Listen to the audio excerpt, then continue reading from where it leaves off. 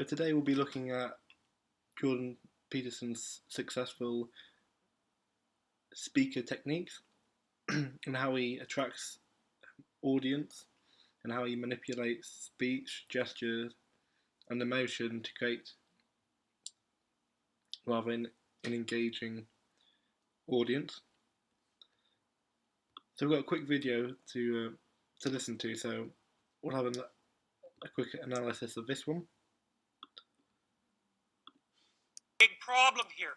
The problem is, it's true. You're oppressed, you're oppressed, you're oppressed, you're oppressed. God only knows why. Maybe you're too short, or you're not as beautiful as you could be, or your grandparent was a serf, likely, because almost everybody's great-grandparent was. It's like, and you're not as smart as you could be, and you have a sick relative, and you have your own physical problems, and it's like, frankly, you're a mess, and you're oppressed in every possible way. So firstly, he's on the stage and he moves from side to side quite quickly, and he's always speaking, for the most part, very quickly, but then he has long pauses where he looks up and he thinks about things like that. He fidgets his hand like Mr. Burns from The Simpsons. But he looks directly at audience members, so he's not looking at the global audience. He's pinpointing a couple of people which he goes back to, like he's having a one-on-one conversation with them. So if someone stuck their hand out, which of them before, he would shake it, and then with that connection, he would often go around and look at him or her and speak to them as a one-to-one conversation, but then it's being addressed to the whole audience. That's the first thing. Second thing, he's quite direct, and he's quite consumed by his own thinking.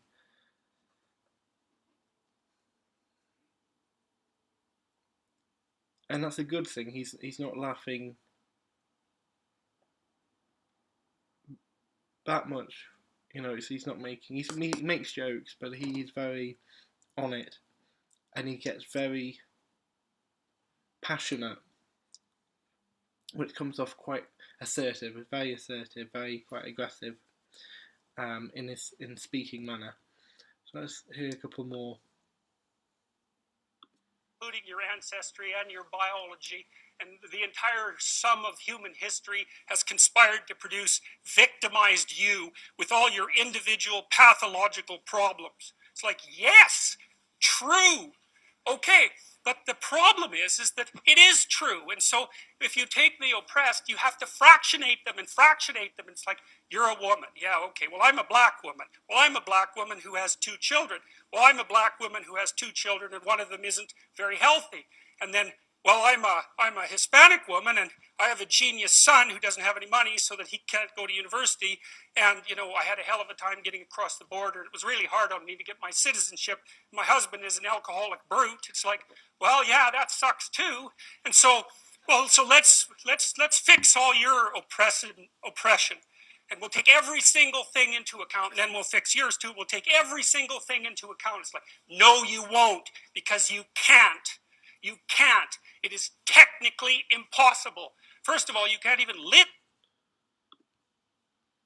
So he starts off very kind of normal speed, normal tempo. He's doing the same thing, walking left to right, right to left. He's always moving, always active. It's like he's doing a sport in itself. He addresses individual people in the audience. He uses his arms an awful lot to create a kind of flow of energy. He's making movement, and he's trying to get that energy, the pulse, moving. It's really quite good. But toward the end of it, you can tell he's starting to get that momentum going. He would often swear. And and he always finishes by saying, "No, you won't." When he's, in his climax of his speech, or what his opinion or his theory of human behaviour. And it's really quite interesting, like, to have that assertion. It's very dramatic. It's like a playwright. He's written a script, and now at the climax, and he's decided to go full on dramatic.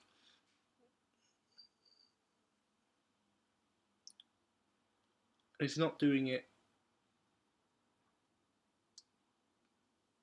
because he has to. He's doing it because that's the way he has done things. If you listen to as far back as you can go on YouTube from previous speeches, he used the same methods: eye contact, gestures, and dramatic speeches, very punctuated. But he comes to a point where he doesn't breathe. He just keeps talking and talking really quite quickly, moving more quickly, and then he gets to that really harsh assertiveness, and then often he would stop at a point and think about it.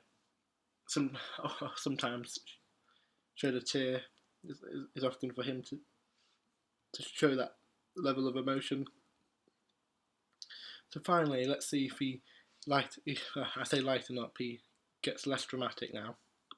All the ways that you're oppressed. Second, how are you going to weight them? Third, who's going to decide? And that's the bloody thing. Who's going to decide? That's the thing. Well, what's the answer in the West? It's like in free markets. Oh yeah, Christ, we'll never be able to solve this problem. No one can solve it. What are we going to do about that? We're going to outsource it to the marketplace. You're going to take your sorry, pathetic being, and you're going to try to offer me something that maybe I want. And I'm going to take my sorry, pathetic being, and I'm going to say, well, all things considered, as well as I can understand them, maybe I could give you this much money, which is actually a promise, for that thing. And you've packed all of your damn oppression into the price. And I've packed all my oppression into the willingness to pay it. And that solution sucks. It's a bad solution. But compared to every other solution, man, it's why 10% of us have freedom. And so there's a tremendous illogic at the bottom of this. It's like, you have to fractionate the oppressed all the way down to the level of the of our culture. And, people... I'm going to skip and find, we did hear that. Again, it gets even more assertive. Using the term, no, you bloody won't. It's very dramatic. And people listen when it gets in that state. People are like, oh my God. I use the same flaws. I am what he says I've been doing. It resonates very well. But it can only work for 4-5 minutes when you're being that assertive. You lose your audience quite quickly if your whole thing is to be extremely dramatic. It's quite threatening, to be honest, in a good way. But it is threatening because it's like, oh, I need to listen to this. This is important. So it could be a life changer moment. But he also is very humorous, funny. I listened to a talk to him in London a couple of days ago. Great, amazing. He does exactly the same thing. He sometimes shed a tear a couple of times. Made some jokes at the beginning. Very humbled. Then he goes into attack mode. I call it. So let me try and find a section where he's more positive. Upset with me because I bring in religious themes, but I understand some things about mythology. It's like, yes! Imagine and suffer from none of the consequences. You make everything you're complaining about infinitely worse. There's this, you know how to do that. You know what's wrong with you, if you'll admit it. There's a few things you could sort of functioning, and you find out, well, that kind of relieved a little bit of suffering, although it reduced the opportunities for spiteful revenge, and that's kind of a pain in the neck. And so then you get your family together a little bit, and your little society is complex, and it takes responsibility. Parkinson's disease, and they had complementary old idea. It's far older than Christianity. It's old. It's the oldest story of mankind. Exactly why they're doing it. And that's what it looks like to me. So, that's it.